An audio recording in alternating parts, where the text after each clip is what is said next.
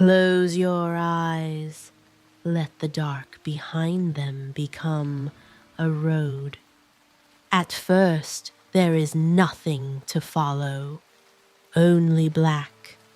Not empty black, not a frightening black, just the quiet dark behind closed eyelids, soft and patient, waiting for the first shape to arrive. Let your breathing slow inside that darkness. Inhale once, hold nothing. Exhale, and as the breath leaves, the dark begins to gather itself into stone. First, there is only a line of gray beneath you, then another. Then the faint suggestion of a road, old enough that no one remembers who placed the stones, and tired enough that the road itself seems to be dreaming. The stones are uneven. Some sit higher than others. Some are cracked down the middle. Some hold shallow pools of rainwater in their seams, and each little pool catches a weak reflection of lantern light that has not arrived yet. The air is cold, but not cruel, cold enough to make every breath visible, cold enough to make your skin aware of itself, cold enough that the idea of warmth becomes visible before warmth itself appears. Low fog moves over the road. It does not rush. It slides. It folds around the rocks like pale cloth, gathering in the hollows, thinning over the higher stones, then closing again behind you as if the road prefers not to remember footsteps. The smell is damp earth, cold ash, old leather, and iron. There is also the faint smell of extinguished fire, the dry, bitter scent left behind after flame has done its work and gone quiet.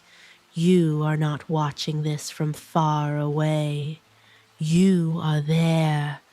Your feet are on the road. You feel the slow unevenness of the stones beneath you.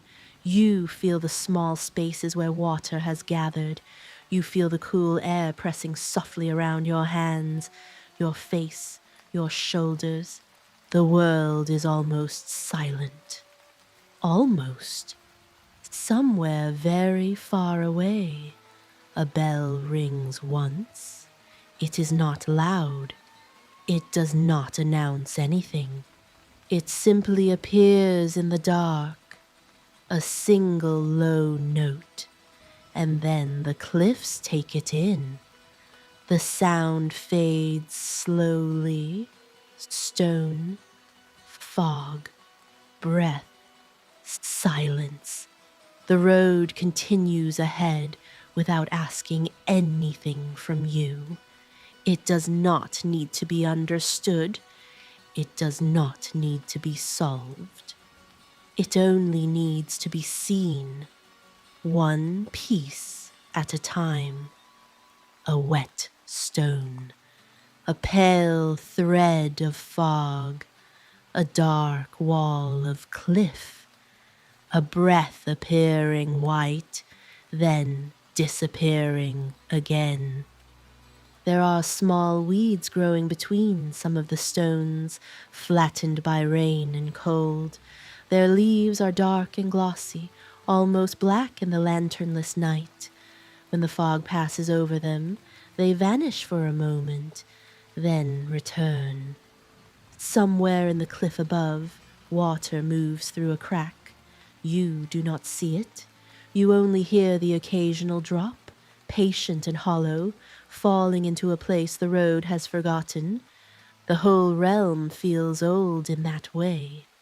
Not abandoned, not dead, only old.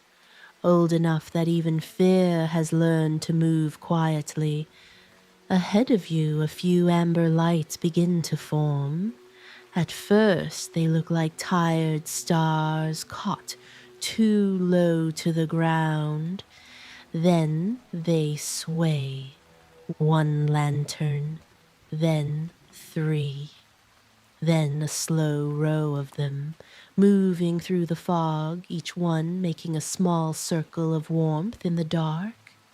A relic caravan is coming along the road. You see the lights before you see the wagons. You hear the wheels before you see the horses.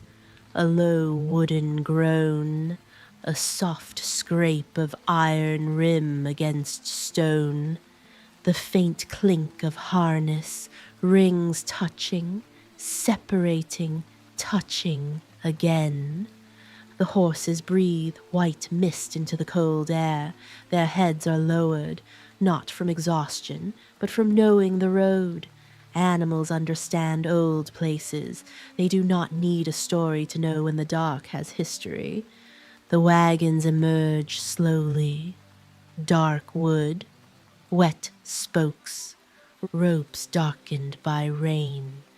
Canvas covers pulled tight and tied down with knots that have swollen from the damp. Every surface catches the lantern light for a moment, then gives it back to the fog. The caravan guards do not talk much. Their silence has weight. It is the silence of people who have been told to watch everything and have slowly realized that everything is too much. Armor shifts under cloaks. Boots press into mud between the stones. Hands rest near blades. No one says the road is dangerous. No one needs to. In the wild stone realm, there is no invisibility. Magic always leaves a trace. That is one of the first laws children learn here, before they learn the names of kings, before they learn the borders of ruined provinces, before they learn which wells are clean and which forests should be left alone. Magic leaves a trace, always. Even the smallest illusion disturbs the air. A glamour bends light at the edges.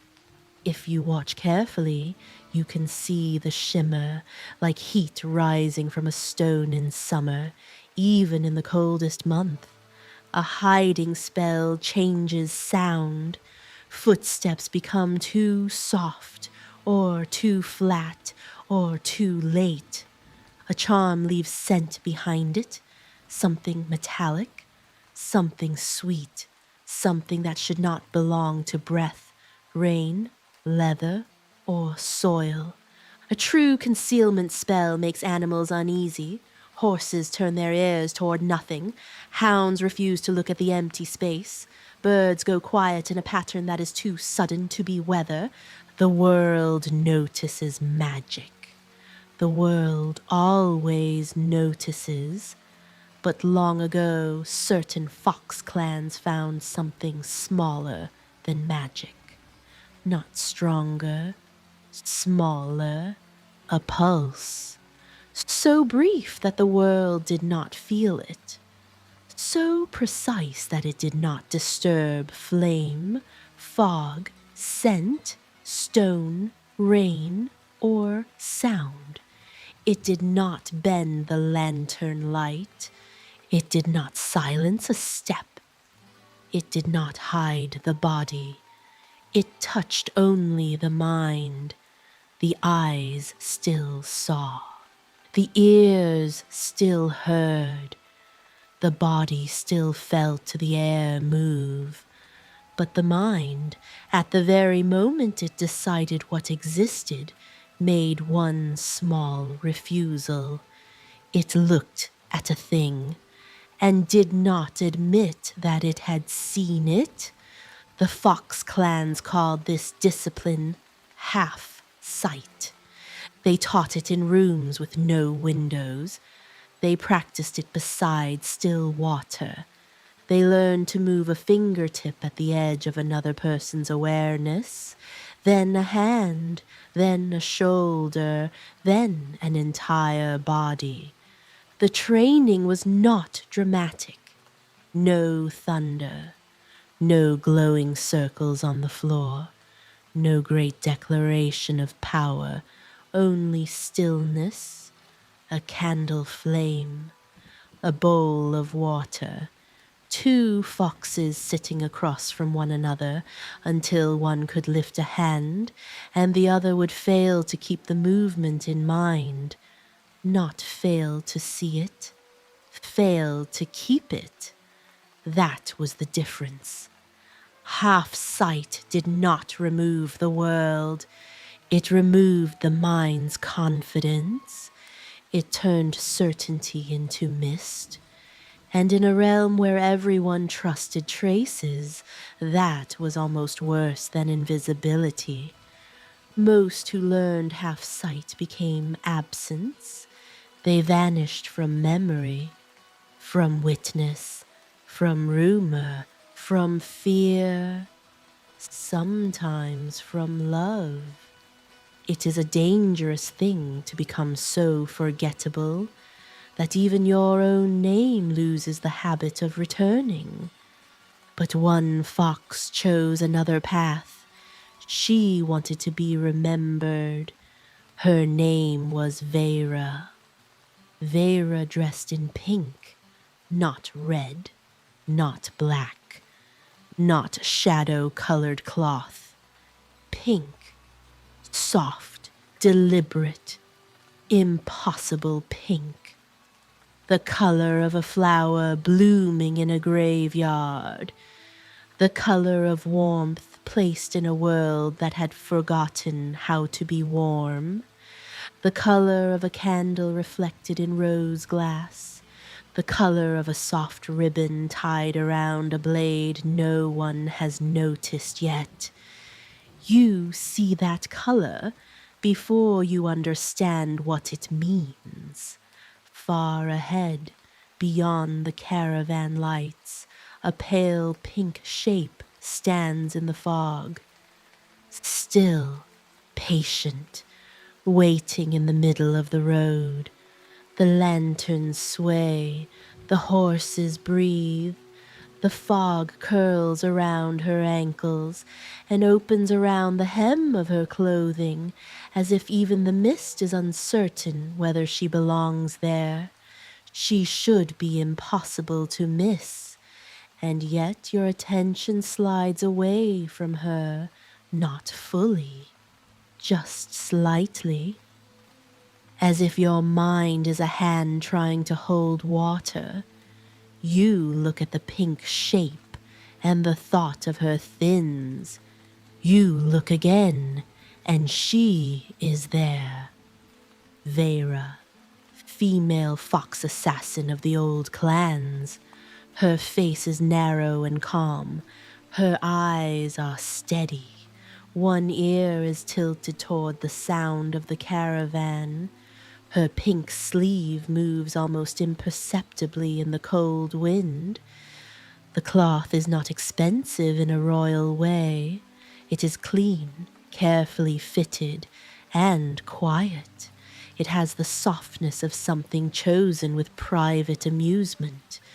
Her fur catches the lantern light in small silver edges. Her tail rests behind her, still as a brush laid carefully on dark paper. There is no hurry in her posture. That is what makes her difficult to look at for too long. Danger usually announces itself through motion, a raised weapon, a sudden step, a breath pulled in sharply before violence. Veyra does none of those things. She simply occupies the road. She lets the caravan come closer.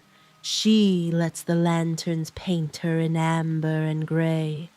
She lets the cold fog gather around her feet.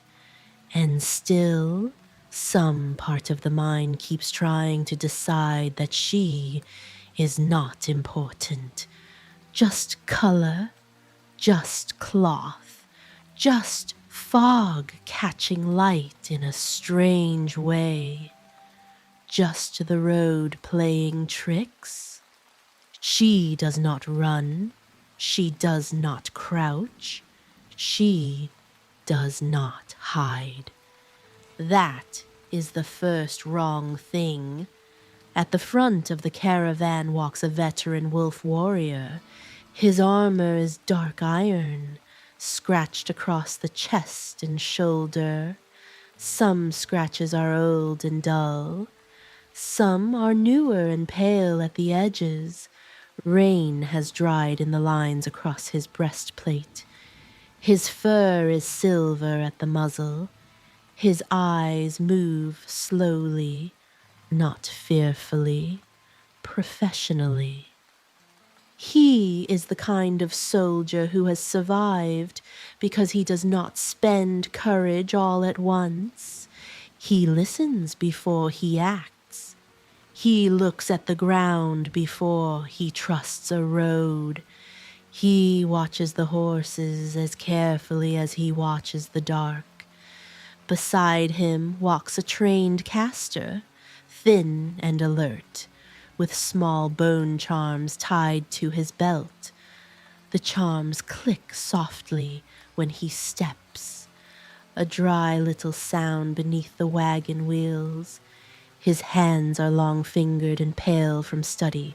His cloak smells faintly of smoke, chalk, and dried herbs. His eyes keep touching the fog, the cliffs, the wagons, the spaces between the guards. Between them rides the relic. It is wrapped in black cloth, bound in iron, layered in seals. The relic does not glow. It does not whisper. It simply sits there with the quiet weight of something many people have died trying to own. The cloth around it is damp at the corners. The iron bands are dark with age. Tiny beads of moisture gather along the metal and slide downward, one at a time, disappearing into the folds of black fabric. The caravan stops. The lantern chains creak. The horses shift their hooves in the cold mud. Every sound becomes clearer because no one is speaking. Veyra stands ahead of them, pink against stone, pink against fog, pink against the dark. The caster raises one hand. The veteran says nothing. The fog moves between them like slow breath. For a few seconds, nothing happens. That is what makes the scene settle inside the mind. Not movement, stillness, Veyra's sleeve, the lanterns, the damp road, the horses breathing, the faint smell of iron. Then Veyra vanishes. No smoke, no flash, no ripple in the air, only the empty road. The caster sends a spell through the space where she stood. You can almost feel it pass over your skin, cool, searching. It touches stone, it touches fog, it touches leather straps, wagon cloth, iron rims, horsehair, damp soil. It moves across the cliff wall and comes back with nothing. No bent light, no broken scent, no disturbed sound. Nothing answers. No illusion, the caster says. His voice is quiet, but the quiet is not calm. No invisibility. That does not exist. The veteran does not reply. He is listening. You listen with him. A wagon wheel settles, a horse exhales, a guard swallows. Somewhere to the right, fog brushes against a cliff face and breaks apart. A drop of water falls from a stone ledge. It lands on the road with a sound so small it should not matter, but in that silence, everything matters. The caster's fingers remain lifted. Tiny marks are inked across the skin between his knuckles, pale blue lines made from measuring spell traces. In the lantern light, those markings look almost like veins of frozen water. One of his charms spins once at his belt, then stops. The veteran notices that too. He notices everything that stops. The horses stop shifting. The gods stop muttering. Even the fog seems to pause in the open space where Veyra had been. It is the kind of pause that makes the body want to move first and think later. But the veteran does not move. He waits one more breath. One more. And that is when the road changes. Then the first god falls. It happens almost gently at first. A sudden fold in the body. A lantern swinging hard. A small gasp that does not become a scream. The sound that follows is wet, brief, and swallowed quickly by the fog. The gods turn. Too late. Another shape drops, then another. Metal moves through the air in short silver lines, not loud, not dramatic, just present for one breath, then gone. The fog takes the edges of every movement. The lanterns make the shadows jump. No one can agree where she is. One god points left, another stumbles backward from the right. A third swings at empty air, and the blade cuts only mist.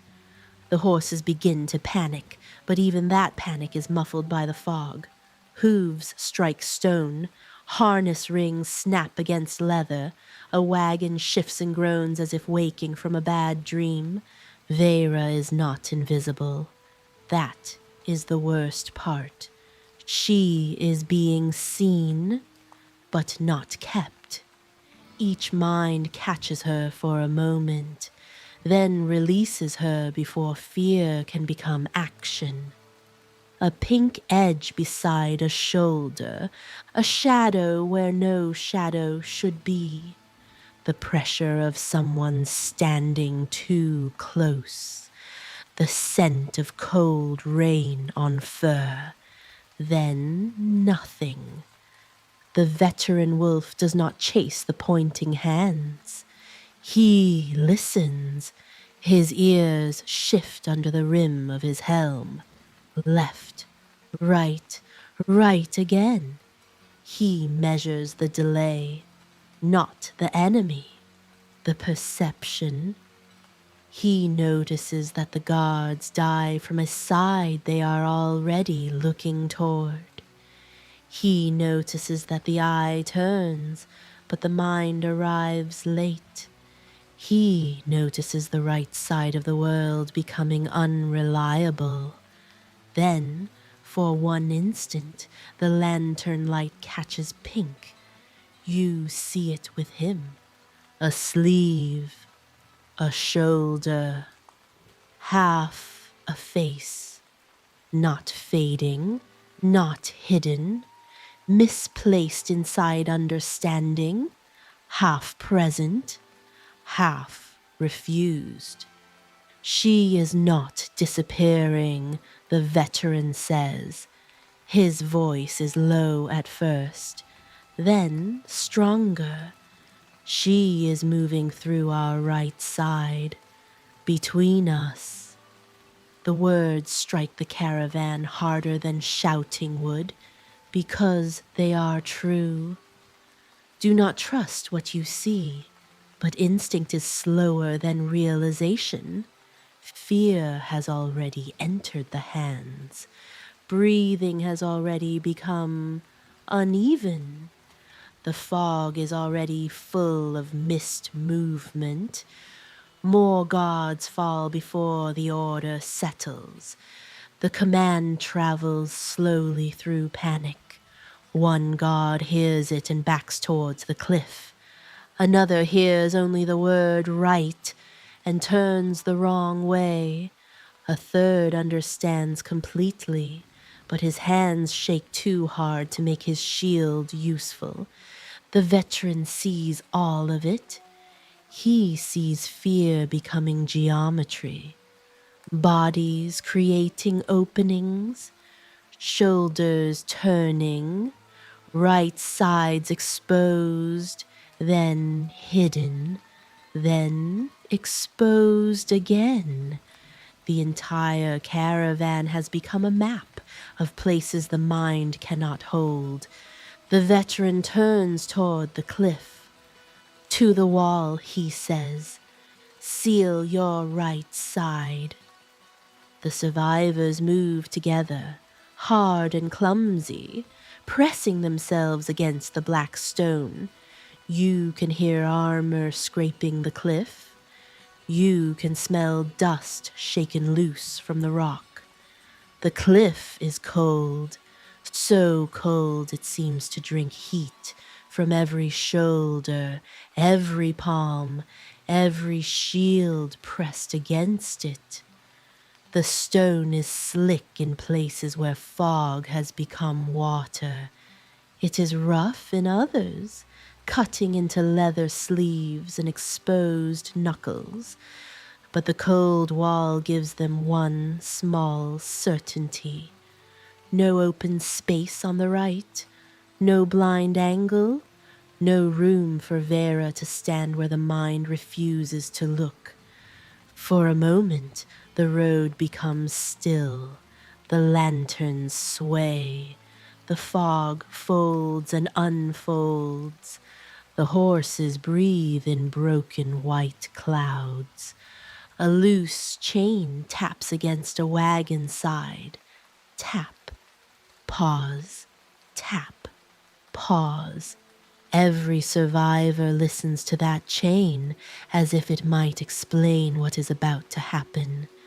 Then Veyra appears at their left edge, visible, clear, pink, smiling. She is close enough now that you can see droplets of fog caught in the fur near her cheek. You can see the faint stitchwork at the edge of her sleeve. You can see where one paw rests lightly against the hilt of a blade, not gripping it hard, just acknowledging it.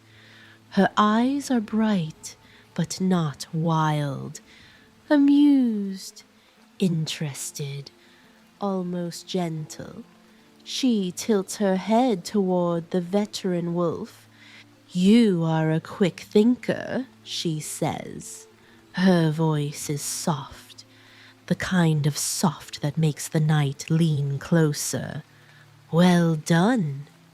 Then she is gone again, not forward, not backward, gone. The veteran understands more now. But understanding does not warm the air. It does not dry the fog. It does not bring back the men already lying in the road.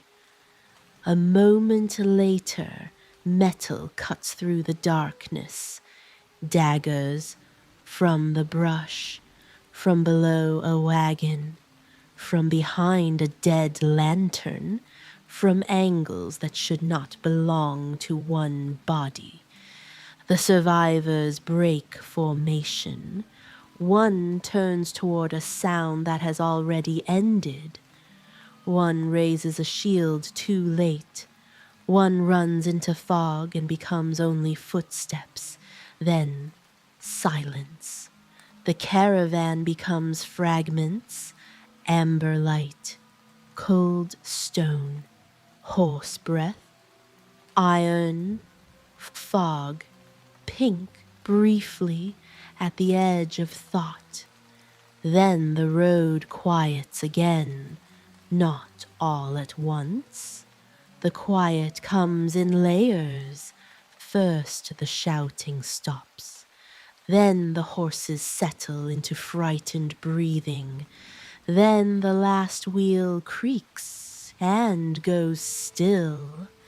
Then the fog returns to its original work, covering stones, swallowing edges, softening the shapes that should not be softened. When the movement ends, only two remain, the veteran wolf and the caster. They stand back to back in the road, breathing hard. The lanterns around them burn lower now. The smell of iron is stronger. The fog is thicker, warmed slightly by bodies and breath, then chilled again by the cliffs. No one speaks for a while. Then the veteran says, "She stands on the right." The caster nods. His face is pale. His charms tremble softly at his belt. "Then we remove it," he says. They turn their bodies carefully, back to back, facing opposite directions. Then each reaches across and grips the other's right arm. It is clever. It is desperate. You can see the idea forming like frost on glass. If each man holds the other's right side, there is no hidden space, no private angle, no place for Veyra to stand unseen. For the first time, both men become still, stable, almost safe. Their breathing slows. The fog moves around them. The lanterns glow. The road waits. For several breaths, nothing changes. That stillness begins to feel like proof. This is the most dangerous kind of stillness. The kind that feels earned. The kind that lets the body believe it has survived. The caster's shoulders lower by a fraction. The veteran's breathing steadies. The grip between them becomes more certain. Around them, the fog moves in smooth ribbons, touching their boots, passing through the lantern light, folding itself into the old grooves between stones. The world becomes very small. Two men, one road, one trick understood, one mistake waiting inside that understanding. The veteran's grip tightens. The caster swallows. The fog moves past their boots. A lantern flame leans to one side, then straightens. The world seems to hold its breath with them. Then a voice speaks from between them, soft, close, amused. "Are you sure?" A pause. "Who you are holding?" Both men freeze, because the grip feels wrong. Too light, too delicate, too warm. The veteran looks down, the caster looks down, and now you see it too. Veyra is already there, between them, holding both of their arms. Pink cloth pressed between dark armor and pale caster robes. a smile small enough to be mistaken for kindness. They had sealed the space, but she had been inside it all along. The strike is instant, clean, terrible. The veteran falls without a sound. The caster collapses into the fog. Darkness takes him, and the road fades with him. For a while there is only black behind your closed eyes. No road, no lanterns, no cold stone, only a slow, quiet dark. Let that dark remain for a moment. Let the road disappear. Let the fog disappear. Let the sound of wheels, horses, charms, and iron fade as if someone is closing a heavy door far away. There is nothing to follow, only the dark. Then another shape forms. A ceiling, wooden beams, a narrow infirmary room. The air is warmer here, but not comfortable. It smells of boiled herbs, old smoke, damp cloth, and blood hidden badly beneath vinegar. Rain taps softly somewhere beyond the shutters. A fire burns low in a clay hearth. Its light is orange, tired, and uneven. The room is small enough that every sound has nowhere to go. The fire clicks. A wet cloth is wrung out into a wooden bowl. Someone turns a page in a ledger. Someone else breathes through their mouth because the smell is too strong. The room has one narrow window, covered by warped wooden shutters. Rain gathers along the lower edge and slips through in thin lines. A bowl sits on a stool beside the bed. The water inside is tinted pink, then brown, then black, where the firelight fails to reach it. Bundles of herbs hang from the rafters.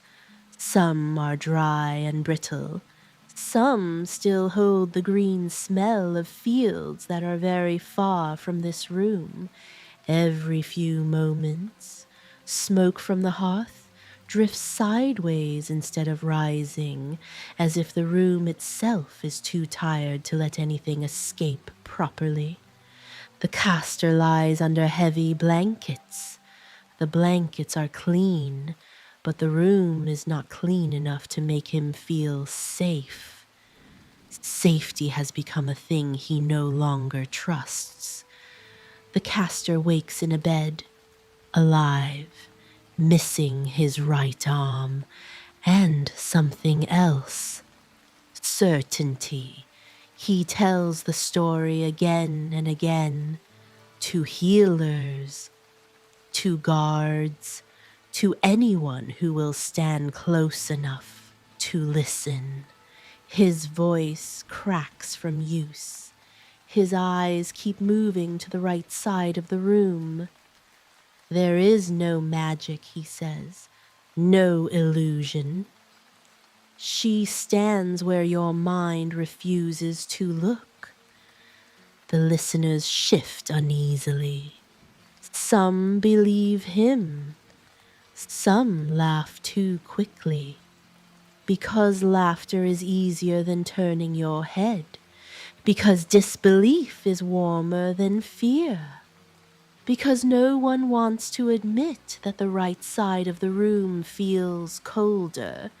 The rain keeps tapping the shutters. The fire keeps breathing orange light against the walls. The caster keeps looking right. Again, again, again. At the back, a quiet voice says, "Do not tell me." The room stills. The fox wears pink. The caster stops breathing for a moment. How did you know? Silence. The fire clicks. Rain taps the shutters. Someone's sleeve brushes against a wooden chair. Then, from the caster's right side, a voice answers. Soft, close, familiar. Because... A small pause. I have been standing here the entire time. No one sees her, but everyone hears her. Veyra's voice is warm as breath over cold glass. You did your job, she says. A very good job. Another pause. The room seems to lean toward her. And those who do good work, her voice lowers, deserve a good death. There is a flash, a wet sound, a sudden spreading silence. Then smoke fills the room, thick, gray, bitter with herbs and burned powder. It rolls across the bed, over the floorboards, around the legs of the chairs, up toward the rafters. The fire becomes only an orange blur. The rain becomes softer. The room loses its edges. Faces become shapes. The ceiling becomes shadow. The bed becomes a pale line beneath the smoke. By the time the smoke clears, Veyra is gone. No trace, no scent, no mark of magic. Only the body remains, and the story, and the uneasy feeling that somewhere, just beyond the part of you that notices, a pink sleeve is still catching the light. Not invisible, not absent, only waiting for the moment your mind decides what exists. The lanterns dim, the fog returns, the cold road becomes dark again. The darkness does not close quickly. It lowers itself slowly, like a curtain made of smoke. First the infirmary walls fade, then the wooden beams, then the fire, which becomes a single orange point, then a dull red memory, then nothing. The rain continues for a while after the room is gone, soft, steady, far away. Then even the rain becomes part of the dark. The stones soften, the cliff becomes only a shadow. The caravan becomes only a few low amber points, then fewer, then one. The last lantern lowers itself into the fog. The fog folds over it. The road disappears, and you do not need to follow it any farther. Nothing to solve, nothing to finish, no right side to watch, no ending to reach. The story can continue without you. The fog can move without you. The lanterns can dim without you. The cold road can sleep in the dark. Nothing to remember, nothing to finish. The story can continue without you.